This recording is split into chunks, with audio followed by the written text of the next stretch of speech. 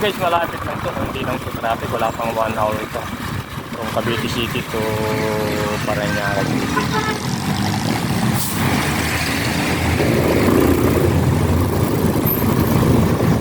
Kailangan meters lang naman kasi ito.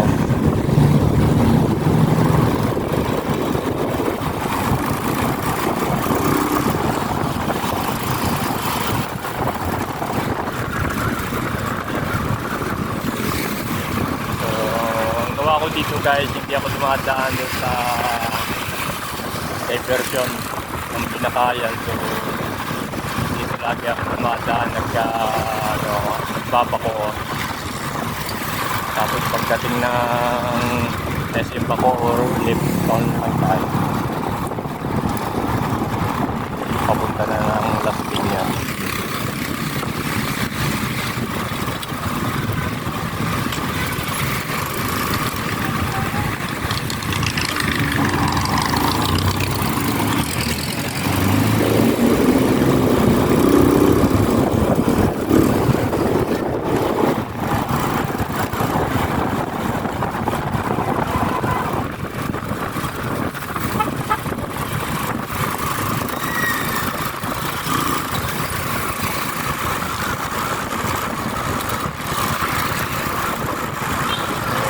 Ayan mga kuya, malapit na tayo sa malapit na tayo sa Aguinaldo Shrine.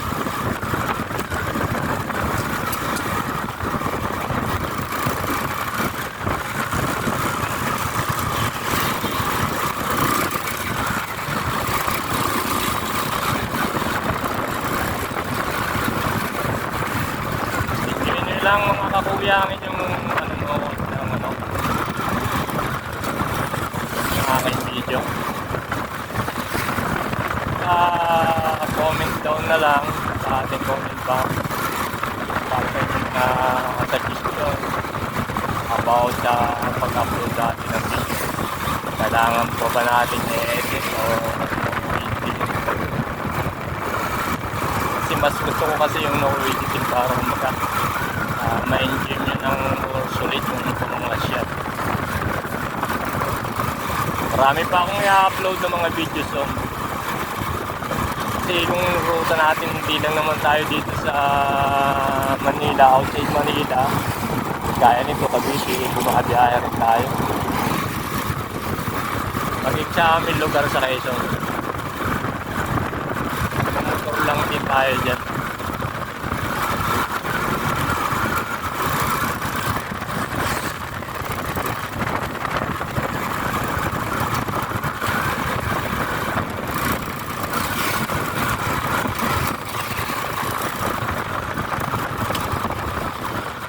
Natatanaw na natin yung story ng Aguinaldo Shrine.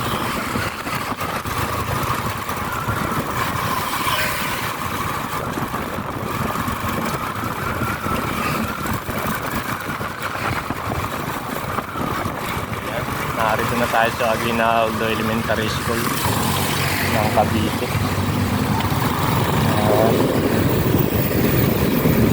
Next turn, nasa na tayo, harap ng Aguinaldo Shrine. Ayan, ito na guys, malapit na tayo.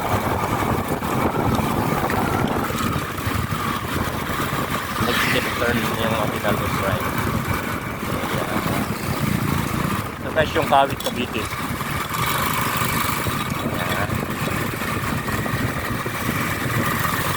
Ayan guys, tinutumbok na natin yung guys, tinutumpok na natin yung Aguinaldo Shrine. Malapit na tayo. Kaya natanaw na natin yung bandera ng Aguinaldo Shrine. Abangan nyo na lang guys yung aking susunod sa mga video para dito kay sa bahay ni tama ba yung guys, ayon sa pagkakaintindi ko o nababasa ko, dito daw unang iwinigayway ang watawat ng ating mahal na Pilipinas. Comment nyo nga guys kung tama yung yung aking nabasa o narinig.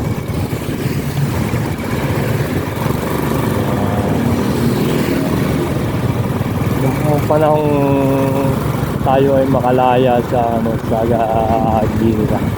Ayan. Yan guys yung bandila. Nasa ano na tayo ng Aguinaldos Shrine. Hihinto tayo saglit para mauna natin ang video sa harap lang. Pero walang tao, pwede tayo magano. Ayan guys. Ayan. Ayan guys, yung Philippine Independence Proclaim her June 12, 1885 ba yan? Ayan. 1835. Ayan. Yan yung Aguinaldos Shrine. Yan daw guys, unang winagayway yung ating ano,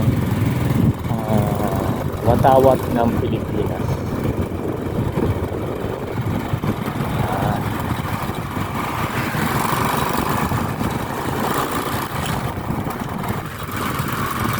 So Independence Day, ibig sabihin nga yung unang tayo makalaya. 110 ano, almost ano pala yun, kasi 1835 pa. Gandang taon lumipas na.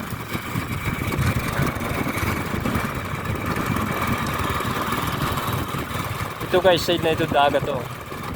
Umikot lang kasi tayo.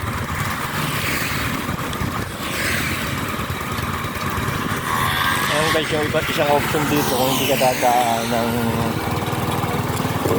ng Maharlika Highway is sa Cavite.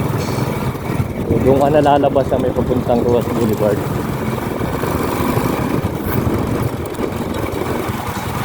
So, pasensya na mga guys, sa next na lang ating video ano ang ma-upload dito para kay ano, Aguinaldos Shrine.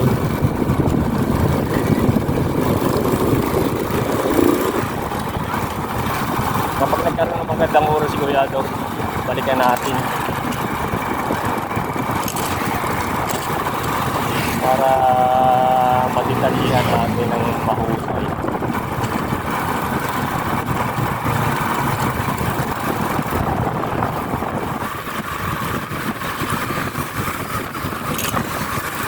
Guys, marami po tayo lobas sa Cavite.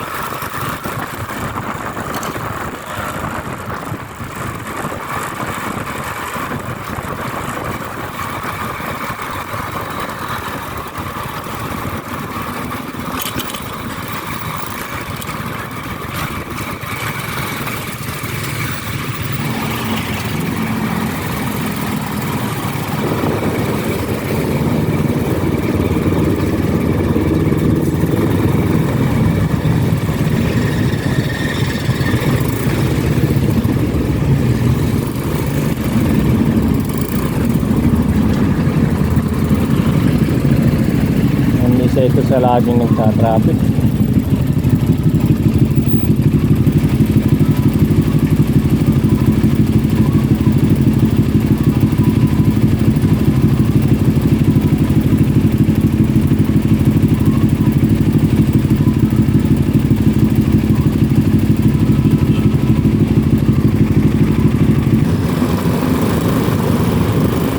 Kaliwa ka, Baya Cavite, Director Pacor.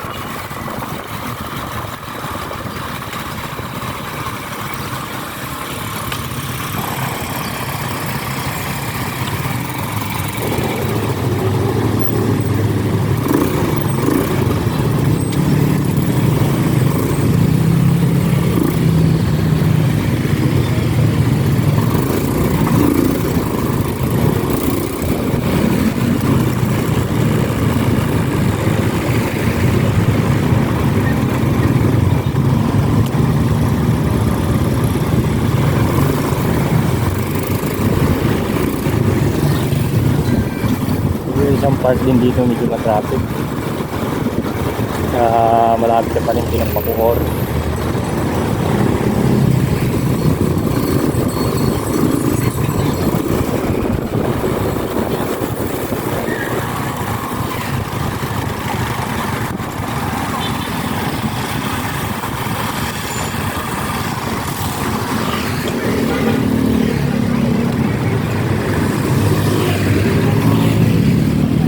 Yan naman guys, pangkaraniwan na yan kahit yung lugar. Basta pa rin din. Traffic. Hindi nawawala ng namamaliti. Iba naman, alam mo naman ng Pilipino. Cooking lovers. Cooking lover.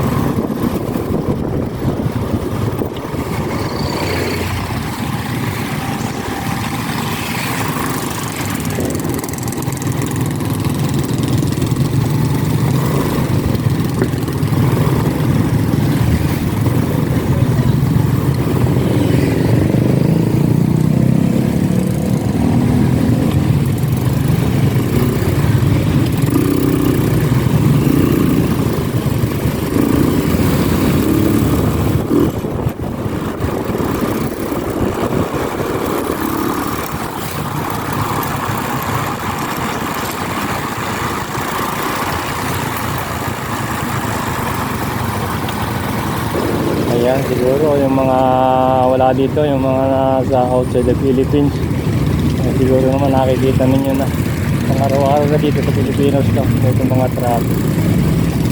So ayan, narito tayo ngayon sa Bacoor Boulevard.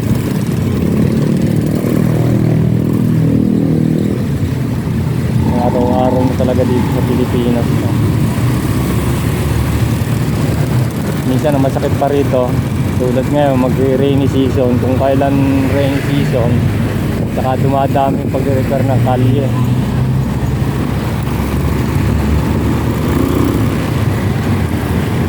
Yan, tulad dito yung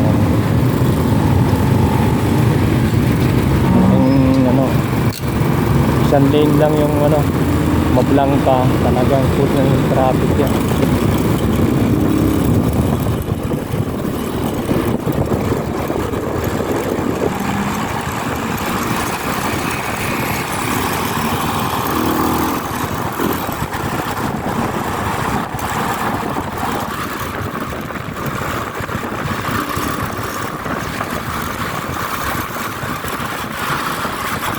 Mga kuya, medyo mabilis na tayo.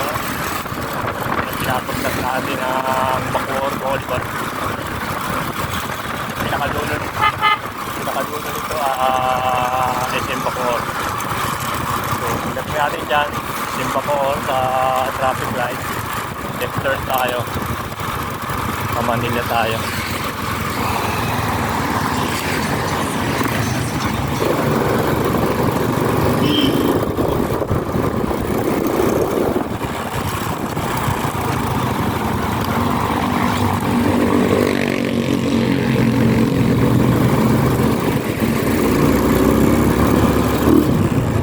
Napakalaki din yung lugar nitong itong probinsya ng Cavite na to.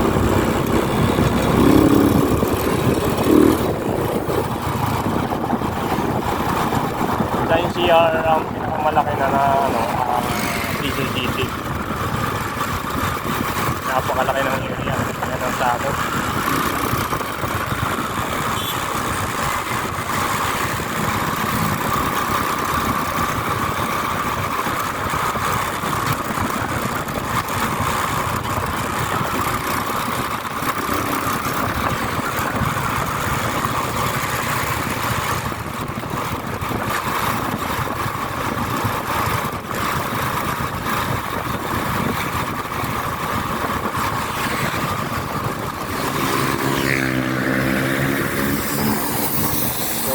Mga kakuya, puputulin na natin uli ang ating video. Puputulin na natin dito sa hanggang SM Bacoor. Next video na lang ulit tayo.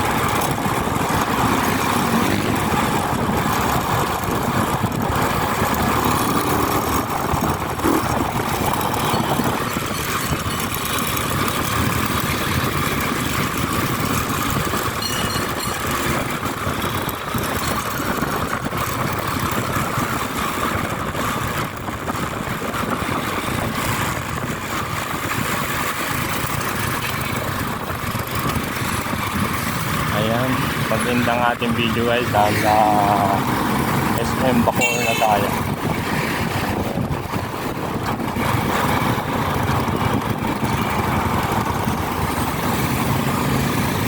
SM City Bacoor.